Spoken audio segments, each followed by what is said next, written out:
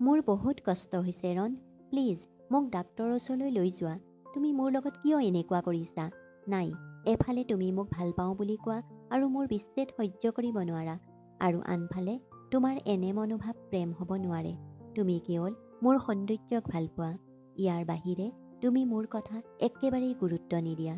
কিন্তু এই সকলোবোৰ বাৰে বাৰে প্ৰিয়াৰ মুখৰ পৰা শুনাৰ পিছত ৰণে ড্ৰয়াৰৰ পৰা পেইন কিলাৰ এটা উলিয়াই প্ৰিয়াৰ হাতত দিলে। প্ৰিয়াইও না কৰি ক'লে, নহয় ৰণ, গৰ্ভাৱস্থাত তেনে কোনো পেইন কিলাৰ খাব নোৱাৰি। কিন্তু ৰণে জোৰকৈ সেই ঔষধটো প্ৰিয়াৰ মুখত ভৰাই দিলে আৰু তাৰ ওপৰত গোটেই গিলাচটোৰ পানী ডিঙিত ঢালি দিছিল। কোনটো পেইন কিলাৰ ৰণে প্ৰিয়াক দিছিল নাজানো, যিটোৱে কেইমিনিটমানৰ ভিতৰতেই ইয়াৰ প্ৰভাৱ দেখুৱাইছিল আৰু কিছু সময়ৰ পিছত প্ৰিয়াৰ বিষটো বহুত কম হৈ গৈছিল।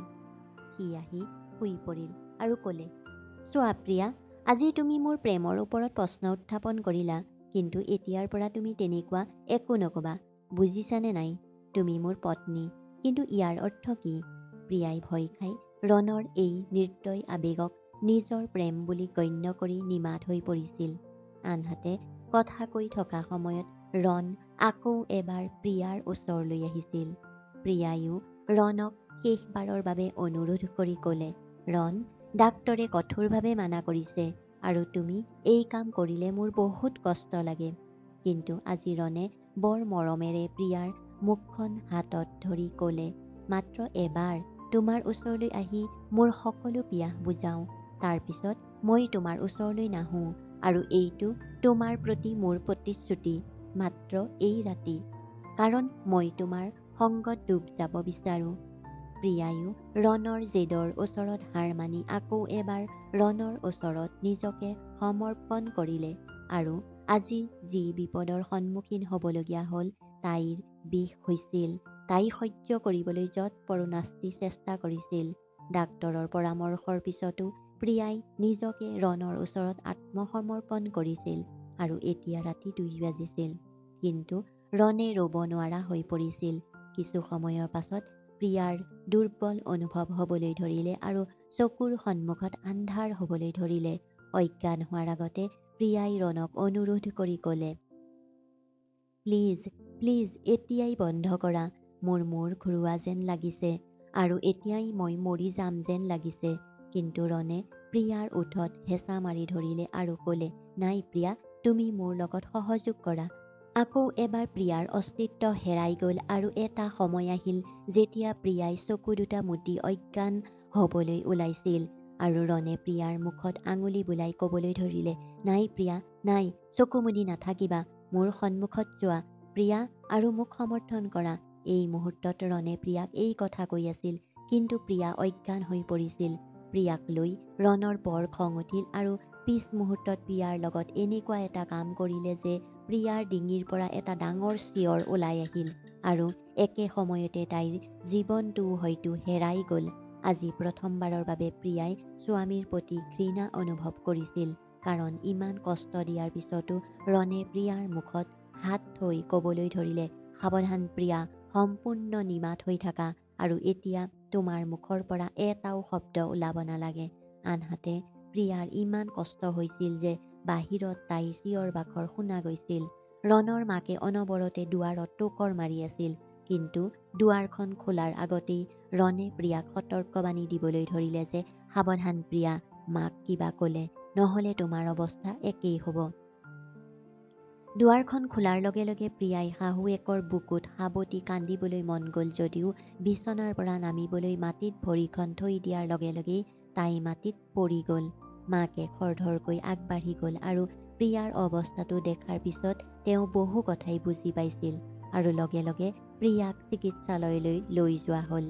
আৰু ডাক্তৰে তাইৰ অৱস্থা দেখি মূৰত ধৰি বহি ক'বলৈ ধৰিলে যে এই ছোৱালীজনীক কোনোবা জন্তুৰ লগত বিয়া কৰাইছে। তেওঁ হয় জন্তু হ'ব পাৰে, নহয় শয়তান হ'ব পাৰে। ডাক্তৰে ৰণৰ মাকক ক'লে, অভিনন্দন, আপোনাৰ বোৱাৰীৰ সন্তান গৰ্ভত মৃত্যু হৈছে।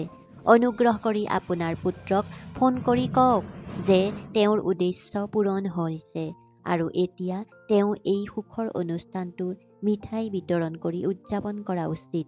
আজিৰ আগতে সেই ডাক্তৰজনে কাৰো বাবে ইমান আৱেগিক হোৱা নাছিল। কিন্তু আটাইবোৰৰ পিছতো যেতিয়া তাইৰ চেতনা ঘূৰি আহিল আৰু এই পৃথিৱীলৈ অহাৰ আগতেই তাইৰ সন্তানটো মৃত বুলি গম পালে, তেতিয়াই তাই কান্দিবলৈ ধৰিলে। প্ৰিয়াৰ স্বাস্থ্যৰ অৱনতি ঘটিছিল আৰু বাৰে বাৰে ৰক্তচাপ কম হৈ আহিছিল। প্ৰিয়াৰ মাকো আহিল আৰু তাই মাকৰ বুকুত মূৰ থৈ কান্দি আছিল। তাৰ পিছত ৰণৰ মাকে প্ৰিয়াৰ মাকৰ সন্মুখত হাত জোৰ কৰি গোটেই সঁচা কথা কোৱাৰ পিছত নিজৰ ল'ৰাৰ বাবে লাজ অনুভৱ কৰিবলৈ ধৰিলে। প্ৰিয়াৰ অৱস্থা ইমানেই বেয়া হৈ গৈছে যে এতিয়া কেতিয়াও ৰণ দেউতাক হ'ব নোৱাৰা ৰণে অলপ লাজ পাইছিল। ৰণৰ মাকে তাৰ ডিঙিত ধৰি কান্দিবলৈ ধৰিলে। প্ৰিয়া গোটেই এমাহ মাকৰ ঘৰত থাকিল আৰু এই সময়ছোৱাত প্ৰিয়াই ৰণৰ লগত এবাৰো ফোনত কথা পতা নাছিল। ৰণৰ মাকেও পুত্ৰৰ লগত কথা পতা বন্ধ কৰি দিছিল। এদিন সি কান্দি কান্দি মাকৰ কোঠালৈ আহি মাকৰ কোলাত মূৰ থৈ ক'লে, মা এতিয়া মই নিজেই সলনি হৈ পৰিছোঁ। মা, তুমি জানানে মোৰ এই পৰিৱৰ্তন কেনেকৈ আহিল? আৰু আজি মই মোৰ ভুলবোৰ উপলব্ধি কৰিছোঁ। কি যে ডাঙৰ ভুল কৰিলোঁ। ভুল নহয় মা, মই এটা পাপ কৰিলোঁ, নিজৰ হাতেৰে সন্তানক হত্যা কৰাৰ পাপ। বন্ধুজনে যেতিয়া আনন্দত জঁপিয়াই মোক কৈছিল যে তেওঁ পিতৃ হ'ব, তেতিয়াই মোৰ সন্মুখত তেওঁ নিজৰ সন্তানৰ বাবে সৰু সৰু কাপোৰ কিনিছিল আৰু তেওঁ মোক নিজৰ সন্তানৰ কথা কৈ বৰ আনন্দিত হৈছিল। মোৰ বৰ অনুশোচনা হৈছে। অনুগ্ৰহ কৰি কিবা এটা কওক মা, মই এতিয়া কি কৰিম? প্ৰিয়াৰ লগত বহুত ভুল কৰিছোঁ আৰু মই তাইৰ লগত একেবাৰে ভাল ব্যৱহাৰ কৰা নাছিলোঁ। কিন্তু এতিয়া মোৰ ভুলবোৰ শুধৰাই দিব বিচাৰোঁ। এইখিনি কৈ ৰণে মাকৰ কোলাত মূৰটো থৈ কান্দিবলৈ ধৰিলে। তাৰ পিছত মাকেও তাক ক্ষমা কৰি বুকুত সাৱটি ধৰিলে। পিছদিনা ৰণ আৰু মাক দুয়ো প্ৰিয়াৰ ঘৰ পালেহি তাইক নিবলৈ।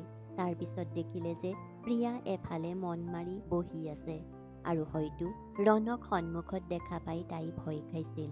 ৰণৰ মাকে প্ৰিয়াক আশ্বস্ত কৰি ক'লে, চোৱা প্ৰিয়া, ৰণ সঁচাকৈয়ে সলনি হৈছে আৰু সি নিজৰ ভুলবোৰ মানি লৈছে।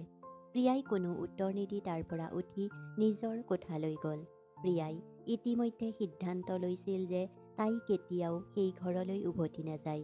কিন্তু তাইৰ পিছে পিছে তাইৰ কোঠালৈ যোৱা মাকে তাইক ক'বলৈ ধৰিলে, প্ৰিয়া, যি সিদ্ধান্ত লোৱাৰ সময়ত ভালদৰে চিন্তা কৰিবা। এটা কথা মনত ৰাখিবা যে আমি যিখন সমাজত বাস কৰোঁ তাত কেৱল ছোৱালীজনীক দোষাৰোপ কৰা হয় আৰু যদি এজন পুৰুষে পত্নীক বিবাহ বিচ্ছেদ কৰে, তথাপিও আমাৰ সমাজে ছোৱালীজনীক দোষ দিয়ে আৰু তাৰ পিছত ছোৱালীজনী বা তাইৰ পৰিয়ালে তাইক শান্তিৰে জীয়াই থাকিবলৈ নিদিয়ে। প্ৰিয়াই ৰণৰ লগত বিবাহ বিচ্ছেদ কৰাৰ সিদ্ধান্ত লৈছিল, যদিও মাকৰ কথাই তাইক আকৌ এবাৰ ভাবিবলৈ বাধ্য কৰাইছিল। প্ৰিয়াই আন কাৰোবাক বিয়াও কৰিব নোৱাৰে, কাৰণ ৰণে তাইৰ শৰীৰৰ একো এৰি থৈ যোৱা নাছিল। এগৰাকী নাৰীৰ বাবে মাতৃ হোৱাটোৱেই আটাইতকৈ ডাঙৰ আশীৰ্বাদ। কিন্তু নিজৰ ইচ্ছা পূৰণ কৰিবলৈ প্ৰিয়াই আন কাৰোবাক বিয়া কৰাব নোৱাৰে। মাক আৰু শাহুৱেকৰ কথা শুনি প্ৰিয়াই গিৰিয়েকক আৰু এটা সুযোগ দিয়াৰ সিদ্ধান্ত ল'লে আৰু শাহুৱেকৰ বাবেই তাই ৰণৰ সৈতে সেই ঘৰলৈ উভতি আহিল। আকৌ এবাৰ সি তাইক আগতে কৰা কামবোৰেই কৰিব।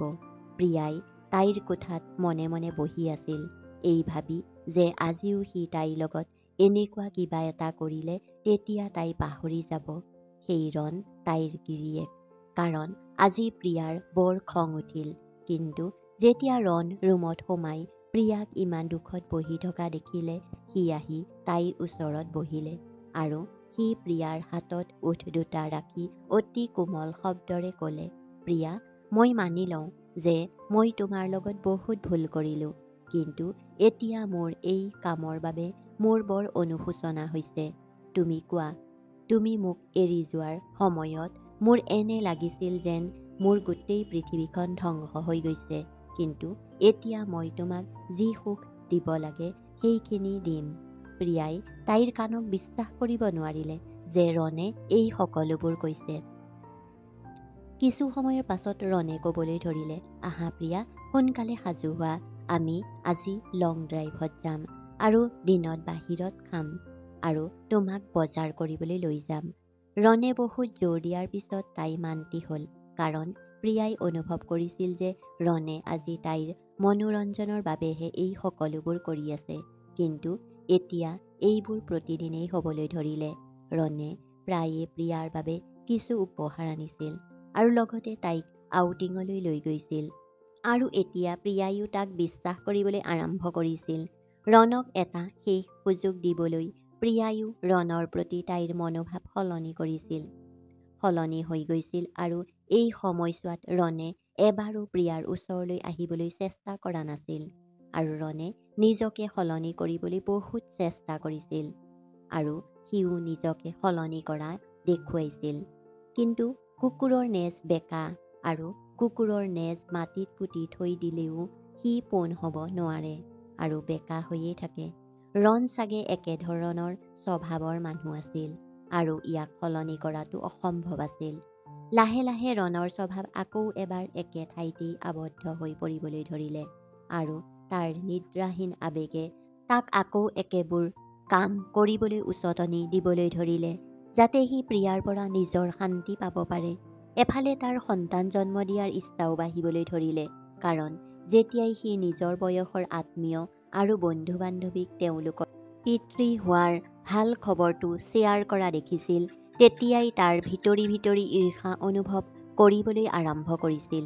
যেতিয়া ৰণ ঘৰলৈ উভতি আহোঁতে প্ৰিয়াৰ হাতত ধৰি ক'লে, প্ৰিয়া, মই অনুভৱ কৰোঁ যে এতিয়া তোমাৰ স্বাস্থ্যৰ বহু পৰিমাণে উন্নত হৈছে আৰু ময়ো মোৰ ভুলবোৰ উপলব্ধি কৰিছোঁ। গতিকে মই বিচাৰোঁ তুমি মোৰ সন্তানৰ মাতৃ হোৱা আৰু মই প্ৰতিশ্ৰুতি দিছোঁ যে এইবাৰ মই তোমাক বহুত ভালকৈ চোৱা চিতা কৰিম। এই কথা শুনি প্ৰিয়াৰ মুখৰ ভাৱ সলনি হ'ল আৰু তাই ক'লে যে তুমি বহুত পলম কৰিলা। ডাক্তৰে স্পষ্টকৈ কৈছে যে এতিয়া মই আৰু কেতিয়াও মাতৃ হ'ব নোৱাৰোঁ। এতিয়া মই কেৱল তোমাৰ ব্যৱহাৰৰ বাবে বস্তু হৈ পৰিছোঁ। অনুগ্ৰহ কৰি মোৰ পৰা মাতৃ হোৱাৰ আশা নকৰিবা।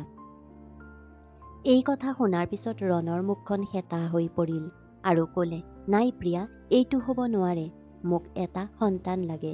মই মাত্ৰ বিচাৰোঁ তুমি যিকোনো কামেই কৰা, ডাঙৰ ডাঙৰ ডাক্তৰৰ দ্বাৰা নিজৰ চিকিৎসা কৰা, কিন্তু মোক পুত্ৰ সন্তান জন্ম দিয়া।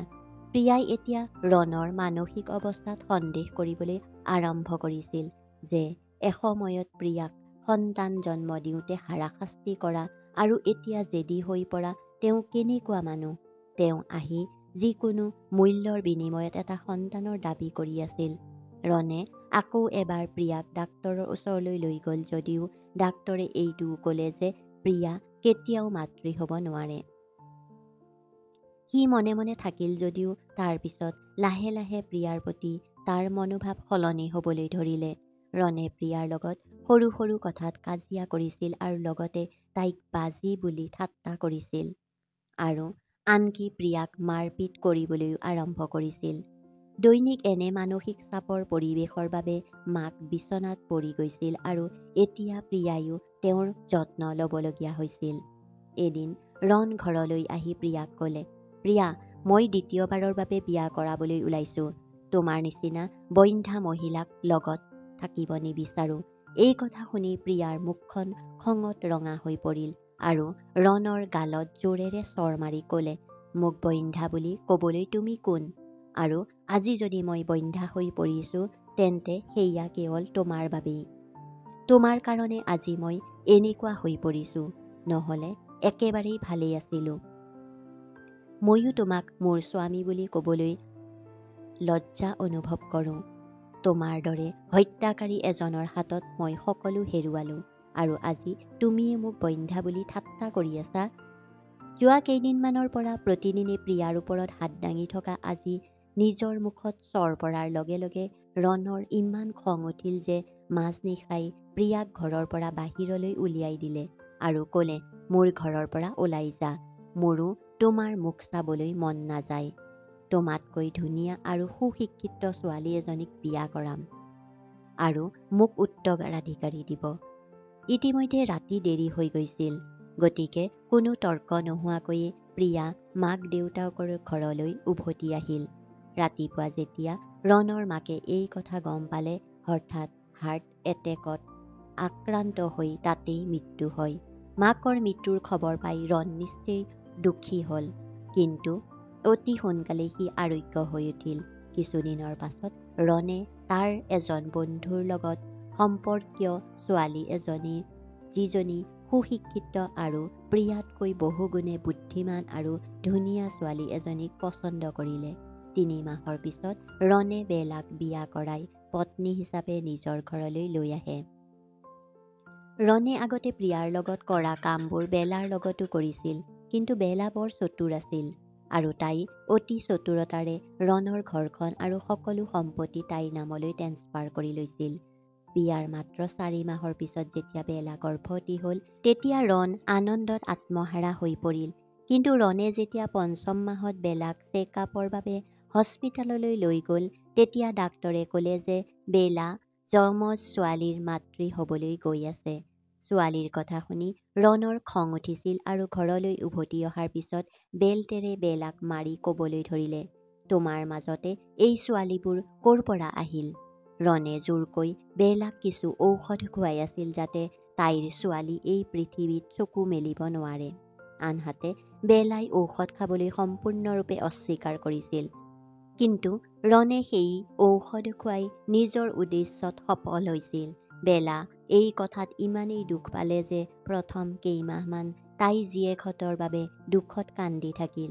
কিন্তু তাৰ পিছত যেতিয়াই তাইৰ অন্তৰত ৰণৰ প্ৰতি প্ৰেমৰ ঠাইত ঘৃণাৰ ঠাই ল'লে, তেতিয়া ৰণৰ ওপৰত প্ৰতিশোধ লোৱাৰ সিদ্ধান্ত ল'লে। এতিয়াও ৰণে প্ৰতিনিশা বেলাৰ ওপৰত শাৰীৰিক নিৰ্যাতন কৰিছিল আৰু প্ৰিয়াৰ লগত যিদৰে ব্যৱহাৰ কৰিছিল সেইদৰেই ব্যৱহাৰ কৰিছিল। কিন্তু তেতিয়া লাহে লাহে ৰণৰ স্বাস্থ্যৰ অৱনতি ঘটিবলৈ ধৰিলে আৰু ঘৰলৈ আহিলেই তেওঁৰ টোপনি আহিল। আগতে ৰণে প্ৰতিদিনে পত্নীৰ সৈতে ৰোমাঞ্চ কৰিবলৈ চেষ্টা কৰিছিল যদিও এতিয়া তাৰ ভিতৰত এই অনুভৱ দুৰ্বল ঘটিছিল।